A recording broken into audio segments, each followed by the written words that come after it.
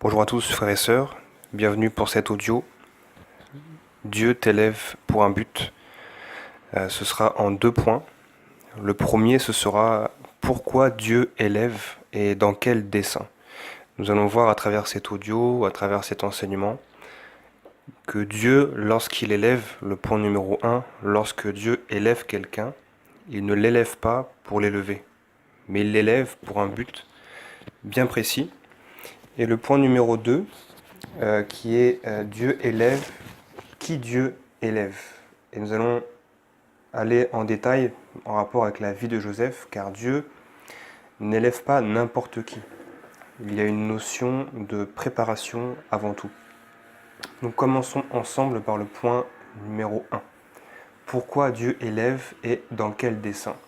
Donc nous parlerons ici de pourquoi Dieu élève. Et voici en premier lieu une liste de personnages que Dieu a élevés et nous allons voir pour quelles raisons. Le premier, donc bien évidemment ce n'est pas dans l'ordre, le premier que je vais prendre, il s'agit de Joseph. Alors pourquoi est-ce que Dieu a élevé Joseph? Nous allons voir dans Genèse 45, versets 4 à 8, la Bible qui dit « Joseph dit à ses frères, je vous en prie, approchez-vous de moi. Alors ils s'approchèrent. Il dit, je suis Joseph, votre frère, que vous avez vendu pour être mené en Égypte. Maintenant, ne vous affligez pas et ne soyez pas fâchés de m'avoir vendu pour être conduit ici, car c'est pour vous garder en vie que Dieu m'a envoyé vers vous. Voilà 2 ans qu'il y a la famine dans le pays, et pendant 5 années encore, il n'y aura ni labour ni moisson. Dieu m'a envoyé devant vous pour vous assurer un reste dans le pays et pour vous permettre de survivre par une grande délivrance. Maintenant donc, ce n'est pas vous qui m'avez envoyé ici, mais c'est Dieu. Il m'a établi père du Pharaon, seigneur de toute sa maison et gouverneur de tout le pays d'Égypte. Nous voyons ici que Dieu a élevé Joseph. Dans quel but? Pour préserver son peuple de la famine.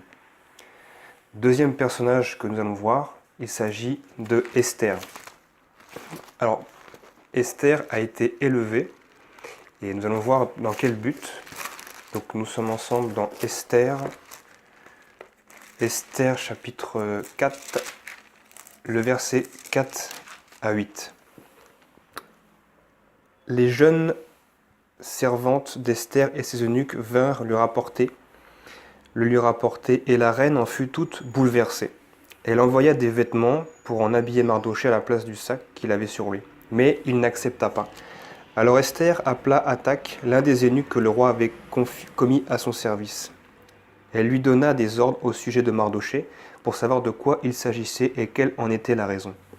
Hathach sortit vers Mardochée sur la place de la ville, et je vais passer directement au verset 12. Voilà, on rapporta les paroles d'Esther à Mardochée. Mardochée fit répondre à Esther, « Ne t'imagine pas, Majesté, que tu échapperas seul d'entre tous les Juifs. Car si tu continues à te taire en cette occasion, le soulèvement et la libération des Juifs surgiront d'un autre côté, alors que toi et la maison de ton père, vous périrez. D'ailleurs, qui sait si ce n'est pas pour une occasion comme celle-ci que tu es parvenu à la royauté. » Esther fit répondre à Mardochée, « Va rassembler tous les Juifs, etc. » Donc là, ils vont jeûner. Donc là, on voit en fait que Mardochée soulève le point à Esther en disant que voilà, c'est pour une occasion comme celle-ci que tu as été mis à la royauté. Esther a été élevée par Dieu pour préserver son peuple de l'extermination, nous raconte le livre d'Esther. Car ensuite, ils vont jeûner et ensuite, elle va se présenter devant le roi. Et ensuite, voilà, ça va éviter en fait que le peuple soit exterminé par le sous-fifre du roi nommé Naaman. Ensuite, nous allons voir Josué, le personnage de Josué. Donc, Josué chapitre 1er, le verset 6. Josué chapitre 1er, le verset 6.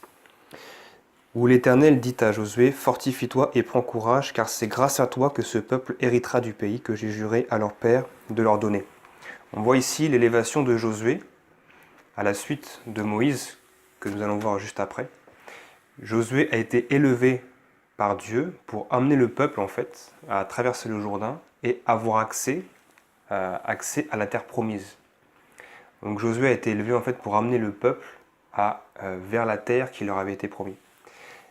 En ce qui concerne Moïse, nous sommes ensemble dans Exode 3,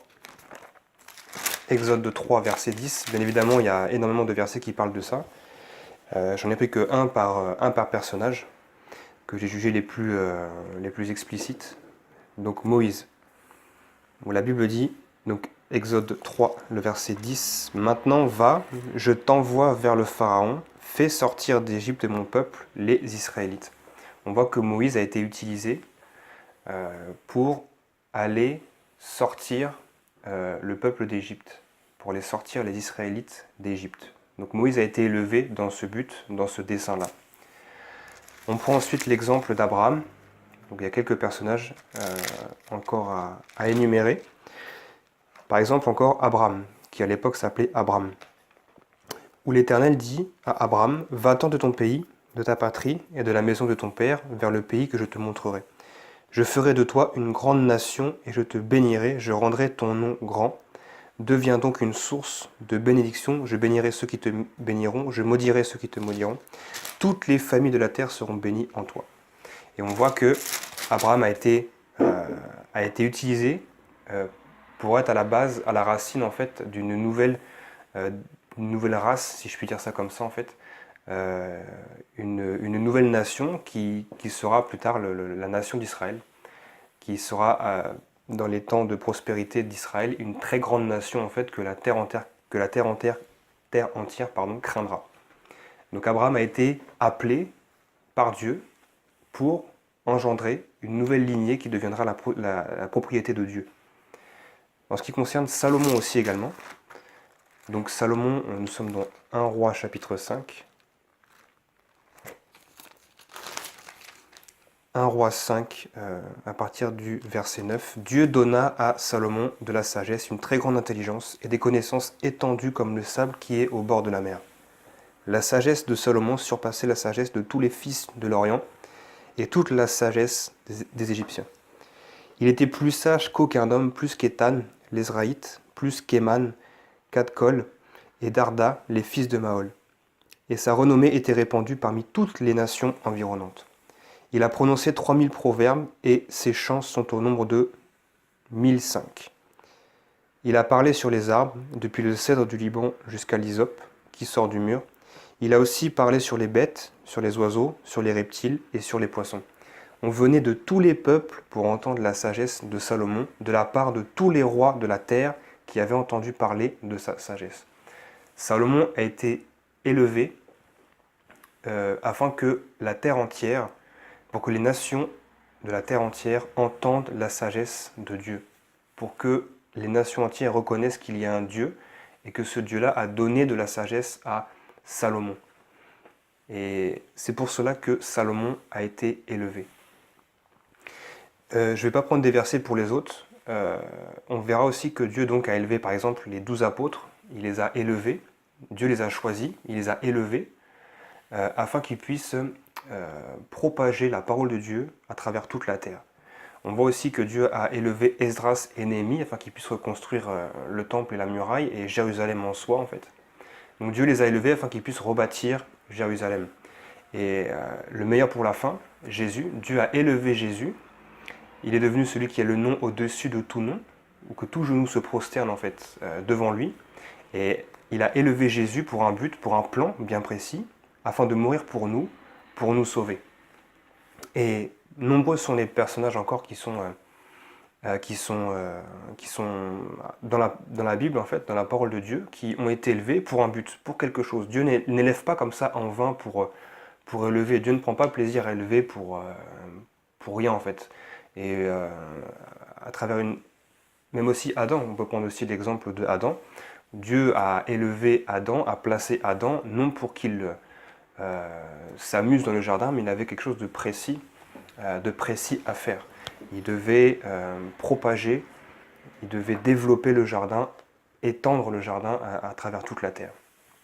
Donc nous aussi, à travers notre échelle, Considérons où Dieu nous place, que ce soit dans le travail, dans l'église, dans le lieu où nous habitons. Essayons de comprendre, si Dieu nous le permet, de ce pourquoi il nous a placés. Et on verra par la suite, au point numéro 2, que Joseph ne comprenait probablement pas en fait où Dieu l'emmenait. Et ça, on développera ça tout à l'heure. Car certains d'entre nous auront un rôle départemental, national et même international pour certains. Cela dépend en fait du plan que Dieu a pour chacun d'entre nous. On n'a pas tous le même plan, on n'a pas tous le même objectif, la même mission que Dieu nous a confiée ici-bas. En effet, nous n'aurons pas tous un rôle international à jouer. Nous n'aurons pas tous un rôle international à jouer. Il y en a probablement certains d'entre nous qui ont un rôle international, mais si tout le monde était appelé à avoir un rôle international, il y aurait des manques dans le corps de Christ. Or, en fait, nous sommes un corps. Nous sommes un corps. Et tout comme le corps humain, en fait, nous sommes composés de membres, d'os, de jointures, de muscles. Et le cerveau et le cœur ne jouent pas le même rôle que par exemple les globules rouges ou même les cellules. Mais l'un ne va pas sans l'autre. Prenons par exemple les os. Quand nous naissons, nous avons 300 os et nous en avons 206 à l'âge adulte. Le plus petit mesure 3 mm, c'est un os qui se situe dans l'oreille. Et le plus grand, il peut atteindre jusqu'à 50 cm, il s'agit du fémur, au niveau de la cuisse. Mais ils ont tous les deux un rôle important. Il ne faut pas négliger chaque position. Ce n'est pas la taille, l'élévation qui joue un rôle. Mais c'est d'être là, en fait, de jouer le rôle où Dieu nous attend. Parce que certes, ce petit os qui fait 3 mm, qui se situe dans l'oreille, il est quasiment invisible à l'œil nu. Il faut vraiment le grossir au microscope pour pouvoir voir la forme qu'il a, parce que 3 mm c'est quand même relativement petit. Et on voit par exemple le fémur c'est l'os le plus long du corps humain, donc qui fait 50 cm.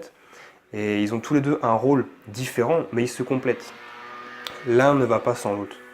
Et là où Dieu te place, tu as un rôle, un plan, un dessein. Et parfois pour connaître ce plan, cela va te prendre du temps. Quand on prend l'exemple par exemple de Josias, dans 2 Chroniques 34, le verset 4,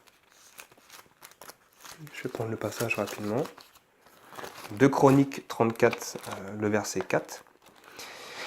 Je vais lire à partir du verset 1er qui dit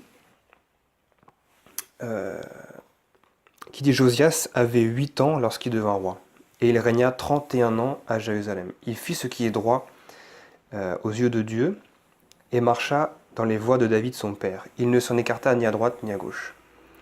Pendant 8 années de règne, comme il était encore jeune, il se mit à rechercher le Dieu de David son père. Et la 12e année, il se mit à purifier Juda et Jérusalem des hauts lieux, des poteaux d'Achéra, des statues, des idoles de métal fondu. On voit en fait que les 8 premières années de son règne, comme il était jeune, il a cherché Dieu. Et la 12e année, donc 4 ans plus tard, il se mit à purifier Juda et Jérusalem. Donc il lui a fallu 4 ans pour méditer le Pentateuque laissé par Moïse, pour comprendre qu'il devait détruire les hauts lieux. Il lui a fallu 4 ans de méditation, le Pentateuque, donc les 5 premiers livres de la Bible. Il lui a fallu 4 ans pour les lire, pour les comprendre et pour commencer à agir. Aussi, on peut prendre l'exemple de Joseph. Il a été esclave à 17 ans et il a été roi d'Égypte à 30 ans. Donc il lui a fallu 13 ans en fait, sans vraiment comprendre là où Dieu l'emmenait, mais il lui a fallu passer par des événements, par des épreuves, et il lui a fallu 13 ans. 13 ans afin d'être prêt. La préparation a duré beaucoup de temps en fait pour Joseph, afin qu'il soit prêt à être à la place où Dieu l'attendait. Et ce qui m'interpelle aussi là-dedans, c'est que le temps de préparation est plus long pour ceux qui ont des appels forcément plus grands en fait. On n'est pas tous amenés au bout d'1 an ou 2 ans, rentrer pleinement dans l'œuf. Essayer de comprendre aussi mon langage. Il y a un temps de préparation qui est nécessaire, et ce temps est plus ou moins long en vue de la position où Dieu veut t'amener. Un temps aussi par rapport à Esther aussi, c'est un passage aussi qui m'a édifié, que j'aimerais partager avec vous. Esther, en fait, quand on prend le livre de Esther 2, verset 12, on voit que il y a eu aussi un temps de préparation pour Esther avant de se présenter devant le roi, devant Cyrus. Nous lisons donc le chapitre 2, à partir du verset 11, donc qui dit chaque jour Mardochée arpentait les abords du harem pour savoir comment se portait Esther et comment on la traitait. Le tour de chacune des jeunes filles d'aller voir le roi Assyrus arrivait au bout de 12 mois, qui lui étaient assignés suivant le protocole des femmes, car la période de leur préparation, en d'autres termes, était ainsi remplie. Donc il fallait qu'ils passent 6 mois avec de l'huile de myrrhe, à s'enduire le corps d'huile de myrrhe, et 6 mois avec des aromates et des cosmétiques de femmes. Et en fait, il leur fallait 6 mois de préparation donc, à l'huile de myrrhe et 6 mois de préparation d'aromates et de cosmétiques de femmes. Donc pendant 1 an, elle devait prendre soin de son corps afin d'être présentable au roi. Et au bout de ces 1 an donc, de préparation, là maintenant, on les présentait. Et c'est un peu le même principe avec nous. On a un temps de préparation. Et nous relevons en fait ici avec les exemples que je viens de citer, la nécessité de la préparation. Et j'aimerais développer le cas de Joseph dans le petit 2, car c'est un excellent exemple en fait. Donc le petit 2, c'est qui Dieu élève, et il élève en fait des gens qui sont prêts à être élevés. Donc la vie de Joseph est traversée par des grandes épreuves. Il part d'une situation où il était envié de fils de chef en fait, où ses frères étaient jaloux de lui.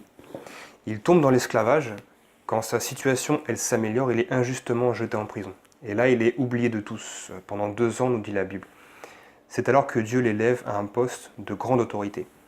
Dans toutes ces circonstances, Joseph ne pouvait pas comprendre le but de Dieu. Mais Dieu l'a formé pour son rôle futur. Encore une fois, la nécessité de la préparation. Il lui a appris à se confier entièrement à lui. Et il lui a appris la patience. Il lui a donné à gérer des petites choses avant les grandes. Certainement, Joseph n'aurait pas été apte à être premier ministre de l'Égypte si Dieu ne l'avait pas d'abord fait passer par cette formation. Jacques écrit dans son épître en fait que, au chapitre 1er, verset 2, « Mes frères, regardez comme un sujet de joie complète les diverses épreuves auxquelles vous pouvez être exposés. » L'expérience de Joseph nous aide à comprendre ces choses. Pour moi, Joseph, c'est vraiment l'exemple par excellence dans le principe de préparation. Jésus aussi est un exemple, est l'exemple parfait en soi, puisqu'il lui a fallu 30 ans de préparation pour 3 ans de ministère. Mais dans ce passage avec Joseph, on voit plus par où il est passé.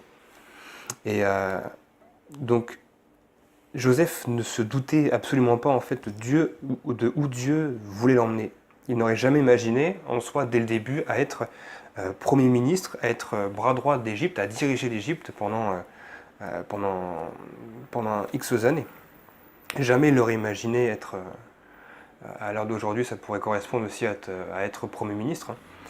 Et la vie de Joseph en fait s'inscrit en même temps dans le plan du salut pour l'humanité. Là aussi, les acteurs de ce plan ne pouvaient pas le comprendre comme nous le pouvons grâce à la Bible. Joseph ne pouvait pas comprendre là où Dieu l'emmenait. Il ne pouvait pas comprendre. Et que ce qu'il était en train de faire, ça aurait des répercussions par rapport à son peuple. Il ne pouvait pas...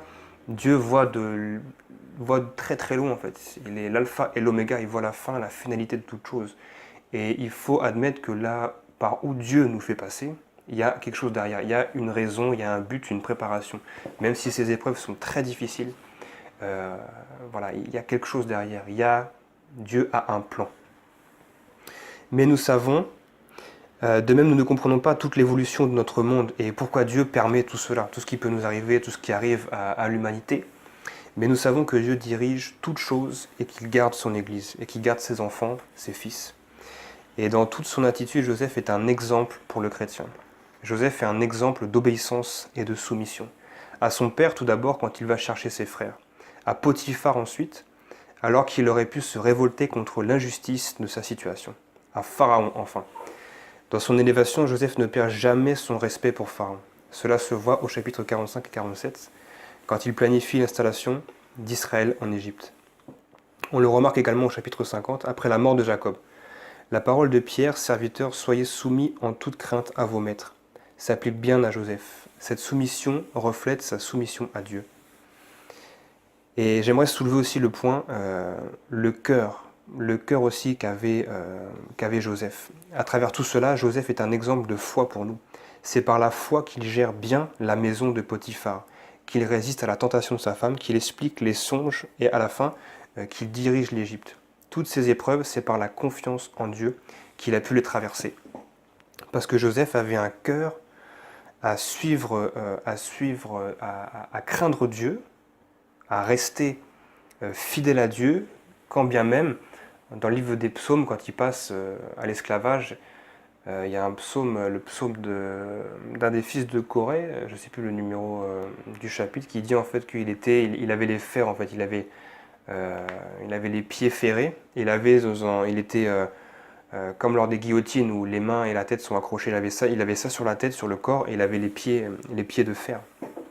Quand bien même il passait par là, il n'a jamais douté que Dieu avait un plan à dessein. Certes, il est humain, il a forcément dû se poser des questions, voilà, qu'est-ce qui m'arrive, pourquoi je suis là, qu'est-ce que j'ai fait, est-ce que je t'ai manqué de respect, Seigneur, est-ce que j'ai commis une infamie, est-ce que j'ai péché, qu'est-ce qui se passe, explique-moi. Mais Dieu, dans le livre de Job et le livre de Psaume, à travers David, on voit que Job et David, quand bien même ils étaient fidèles à Dieu, ils respectaient Dieu et craignaient Dieu, on peut lire que parfois ils ont eu des doutes. On peut lire que parfois ils ont élevé la voix vers Dieu, ils étaient insatisfaits de la situation dans laquelle ils se trouvaient, ils étaient dans l'incompréhension la plus totale, mais ils ont élevé la voix vers Dieu dans l'incompréhension. Donc Joseph a certainement dû se poser des questions parce qu'on est tous humains. Et je suis persuadé que Joseph s'est posé des questions. Il s'est posé des questions, mais quand bien même il se posait ces questions-là, il n'a jamais abandonné Dieu. Et c'est ce cœur-là en fait que Dieu cherche. Parce qu'il avait ce cœur, Joseph avait ce cœur à suivre Dieu. Il est resté attaché à Dieu, peu importe là où Dieu l'emmenait. Et c'est ce que Dieu cherche en chacun d'entre nous. Que Dieu nous donne ce cœur véritablement. David dira que Dieu veut que la vérité soit au fond du cœur. Si la vérité est au fond du cœur, si on est fondé, si Christ est notre fondement, si l'Éternel est notre fondement, nous ne serons jamais ébranlés par la grâce de Dieu. Et c'est aussi par la foi donc qu'il a pu pardonner aussi à ses frères en les considérant comme le peuple de Dieu, comme ses frères. Voilà, ses frères, comme nous aussi parfois, nous sommes amenés aussi parfois à pardonner à nos frères en Christ qui peuvent nous blesser, nous faire mal. Joseph est l'exemple type du pardon. Ils l'ont vendu en tant qu'esclave et il leur a pardonné. Et ces dernières paroles sont également un acte de foi, parce que Joseph, il dit à ses frères, je vais mourir, mais Dieu vous visitera et il vous fera remonter de ce pays-ci dans le pays qu'il a juré de donner à Abraham, Isaac et Jacob. Joseph fit jurer les fils d'Israël en disant, Dieu vous visitera et vous ferez remonter mes eaux loin d'ici. Et en fait, Dieu, à travers, dans sa parole, Dieu nous a laissé un exemple important par la vie de Joseph. Et il faut que nous sachions le retenir et agir selon la sagesse de Dieu. Et en conclusion, je dirais que tout comme Joseph, dans nos vies, nous pouvons commencer petit, et nous commençons petit, et c'est un entraînement pour demain. Peu importe la situation par laquelle nous passons, que nous traversons, sachons être fidèles à Dieu en tout temps et en toutes circonstances, car il y a quelque chose demain. On a un plan. Et bien qu'on n'a pas le même plan, Dieu sait ce qu'il a mis dans notre cœur, en fait, ce qu'on va être amené à faire, ça va nous réjouir. Ça va nous réjouir, en fait. On n'a pas tous un rôle à jouer, comme Joseph, à être Premier ministre. Non, il y en a, dans un corps, voilà, comme je l'ai cité tout à l'heure, on a tous une position, une place, un rôle à jouer qui est différent. Seulement, il faut réussir à trouver et ne pas envier la place de son frère, ne pas envier l'élévation d'un frère, parce que non. Ce que Dieu a mis dans nos cœurs, il sait que c'est ça qui va nous réjouir. Et il faut demeurer confiant envers Dieu. Et ce qu'il a fait avec Joseph, il peut le faire avec toi. Amen.